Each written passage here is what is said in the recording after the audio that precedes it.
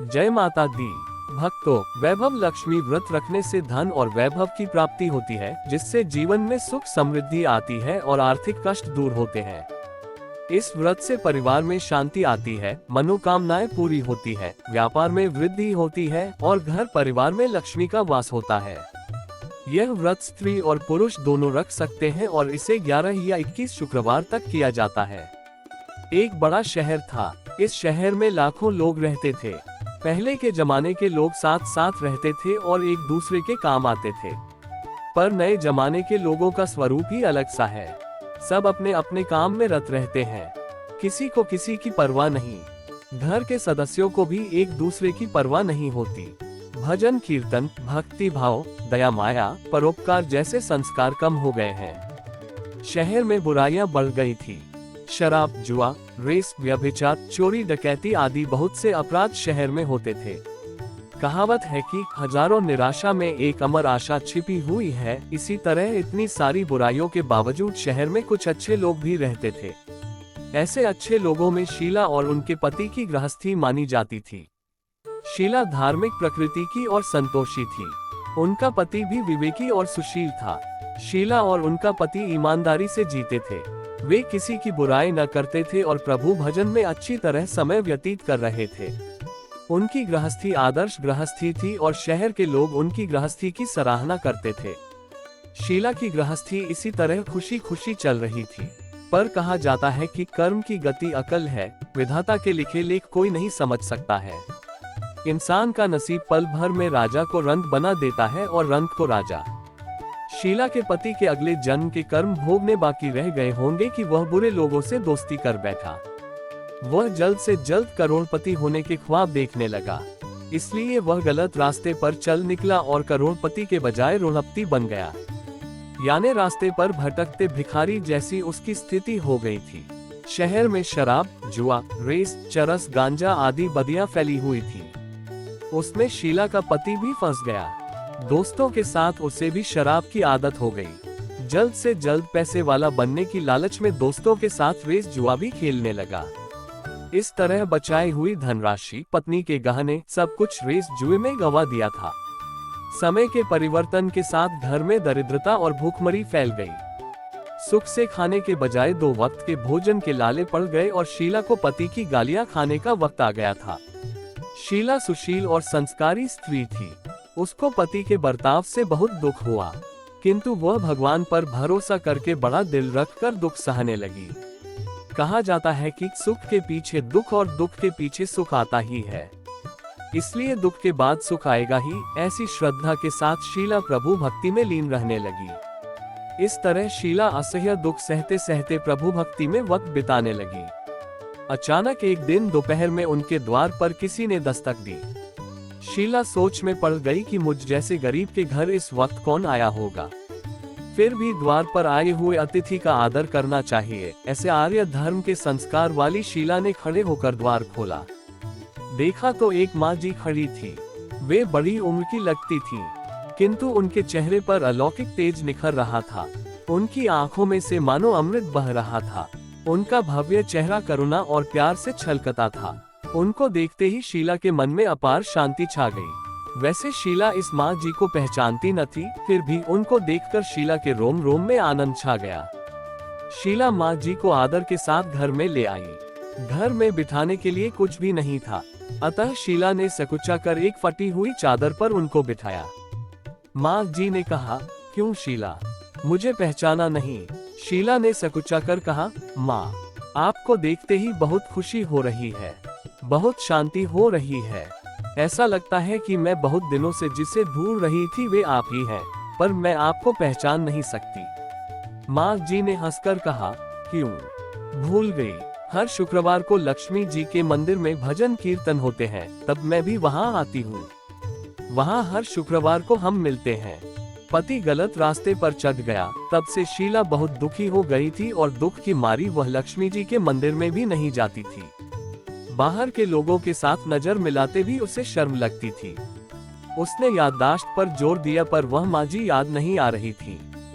तभी माँ जी ने कहा, तू लक्ष्मी जी के मंदिर में कितने मधुर भजन गाती थी, अभी अभी तू दिखाई नहीं देती थी, इसलिए मुझे हुआ कि तू क्यों नहीं आती है। कहीं बीमार तो नहीं हो गई है ना? ऐसा सोचकर मैं तुझसे मिलने चली आई हूँ। माँ जी के अति प्रेम भरे शब्दों से शीला का हृदय पिघल गया। उसकी आंखों में आंसू आ गए। माँ जी के सामने वह बिलख बिलख कर रोने लगी। ये देखकर माँ जी शीला के नजदीक आई और उसकी सिसकती पीठ पर प्यार भरा हाथ फेरकर सांत्वना देने लगी। माँ जी ने कहा, बेटी, सुख और दुख तो धूप छांव जैसे होते हैं। धैर्य रखो बेटी। और तुझे परेशानी क्या है? तेरे दुख की बात मुझे सुना। तेरा मन हल्का हो जाएगा और तेरे दुख का कोई उपाय भी मिल जाएगा। माँ जी की बात सुनकर शीला के मन को शांति मिली। उसने माँ जी से कहा, माँ, मेरी गृहस्थी में भरपूर सुख और खुशियाँ थीं, मेरे पति भी सुशील थे। अचानक हमारा भाग्य हमसे रूठ गया। मेरे पति बुरी संगति में फंस गए और बुरी आदतों के शिकार हो गए तथा अपना सब कुछ गंवा बैठे हैं तथा हम रास्ते के भिखारी जैसे बन गए हैं। ये सुनकर माँ जी ने कहा, ऐसा कहा जाता है कि कर्म की गति न्यारी होती है, हर इंसान को अपने कर्म भुगतने ही पड़ते हैं। इसलिए तू चिंता मत कर, अब तू कर्म भुगत चुकी है, अब तुम्हारे सुख के दिन अवश्य आएंगे। तू तो माँ लक्ष्मी जी की भक्त है। माँ लक्ष्मी जी तो प्रेम और करुणा की अवतार हैं। वे अपने भक्तों पर हमेशा ममता रखती हैं। इसलिए तू धैर्य रखकर माँ लक्ष्मी जी का व्रत कर, इससे सब कुछ ठीक हो जाएगा। माँ लक्ष्मी जी का व्रत करने की बात सुनकर शीला के चेहरे पर चमक आ गई। उसने पूछा, माँ, लक्ष्मी जी का व्रत कैसे किया जाता है, वह मुझे समझाइए। मैं यह व्रत अवश्य करूंगी। माँ जी ने कहा, बेटी, माँ लक्ष्मी जी का व्रत बहुत सरल है।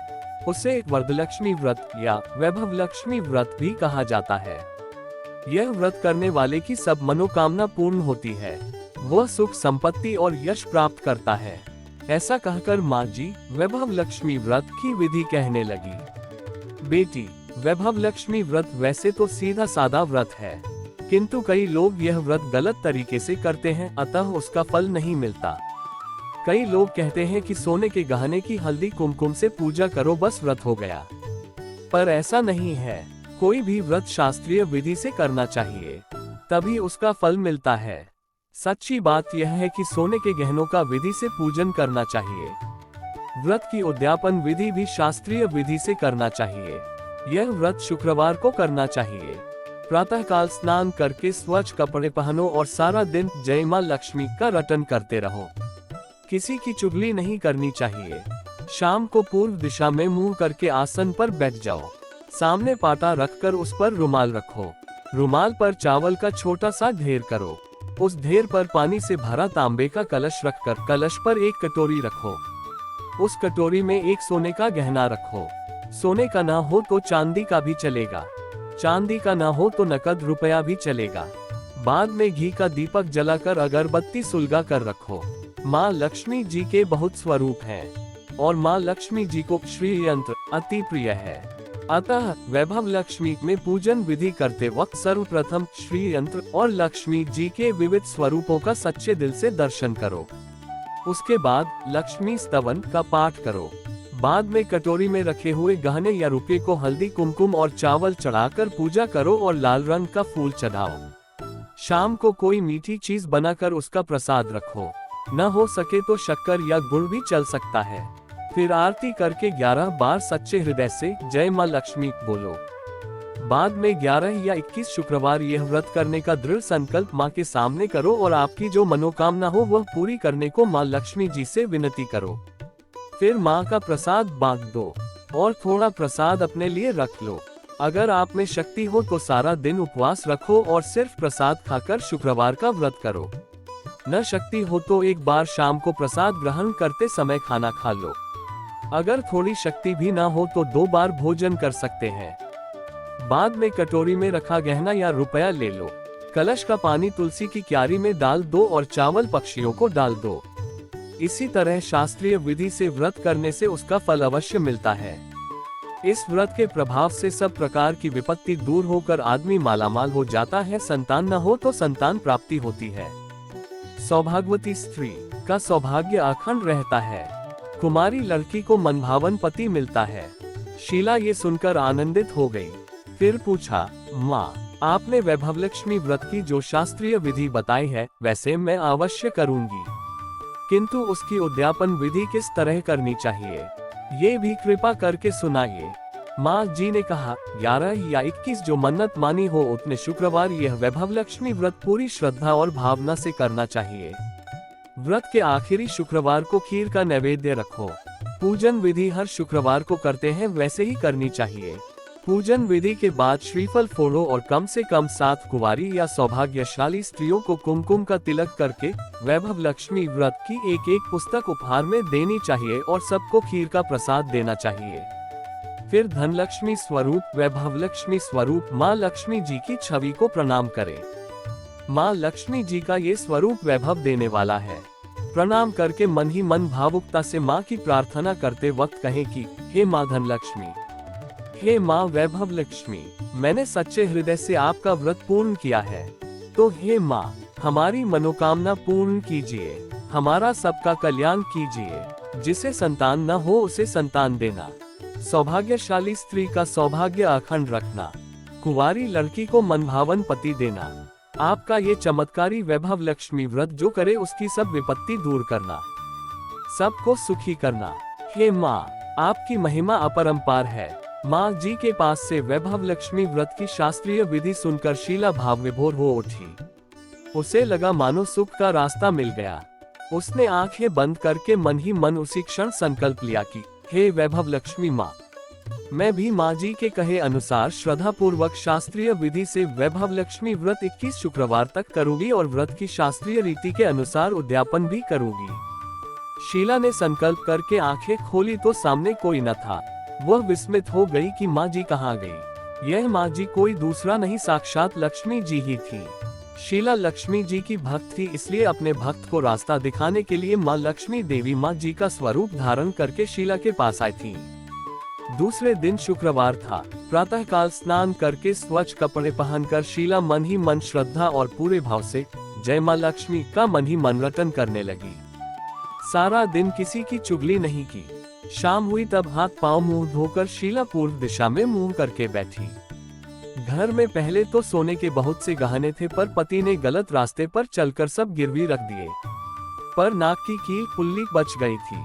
नाक की कील निकालकर उसे धोकर शीला ने कटोरी में रख दी। सामने पाटे पर रुमाल रखकर मुट्ठी भर चावल का ढेर किया। उस पर तांबे का कलश पानी भरकर रखा। उसके ऊपर कील वाली कटोरी रखी।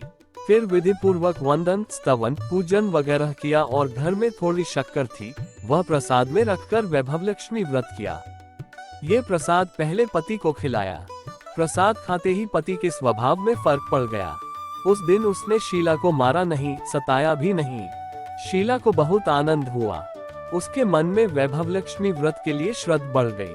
शीला ने पूर्ण श्रद्धा भक्ति से 21 शुक्रवार तक व्रत किया। 21वें शुक्रवार को विधि पूर्वक उद्यापन विधि करके 7 स्त्रियों को वैभव लक्ष्मी व्रत की 7 पुस्तकें उपहार में दी। फिर माता जी के धनलक्ष्मी स्वरूप की छवि को वंदन करके भाव से मन ही मन प्रार्थना करने लगी, हे माँ धनलक्ष्मी, मैंने आपका वैभव लक्ष्मी व्रत करने की मन्नत मानी थी, वह व्रत आज पूर्ण किया है। हे माँ मेरी हर विपत्ति दूर करो, हमारा सबका कल्याण करो। जिसे संतान न हो उसे संतान देना, सौभाग्यवती स्त्री का सौभाग्य अखंड रखना, कुंवारी लड़की को मनभावन पति देना। जो कोई आपका ये चमत्कारी वैभव लक्ष्मी व्रत करे उसकी सब विपत्ति दूर करना, सबको सुखी करना। हे माँ आपकी महिमा अपार है। ऐसा बोलकर लक्ष्मी जी के धनलक्ष्मी स्वरूप की छवि को प्रणाम किया। इस तरह शास्त्रीय विधि से शीला ने श्रद्धा से व्रत किया और तुरंत ही उससे फल मिला। उसका पति सही रास्ते पर चलने लगा और अच्छा आदमी बन गया तथा कड़ी मेहनत से व्यवसाय करने लगा। धीरे धीरे समय परिवर्तित हुआ और उसने शीला के गिरवी रखे गहने छुड़ा लिए। घर में धन की बाढ़ सी आ गई। घर में पहले जैसी सुख शांति छा गई। वैभव लक्ष्मी व्रत का प्रभाव देखकर मोहल्ले की दूसरी स्त्रियां भी शास्त्रीय विधि से वैभव लक्ष्मी का व्रत करने लगी। हे माँ धनलक्ष्मी, आप जैसे शीला पर प्रसन्न हुई उसी तरह आपका व्रत करने वाले सब पर प्रसन्न होना, सबको सुख शांति देना। जय धनलक्ष्मी माँ, जय वैभव लक्ष्मी माँ।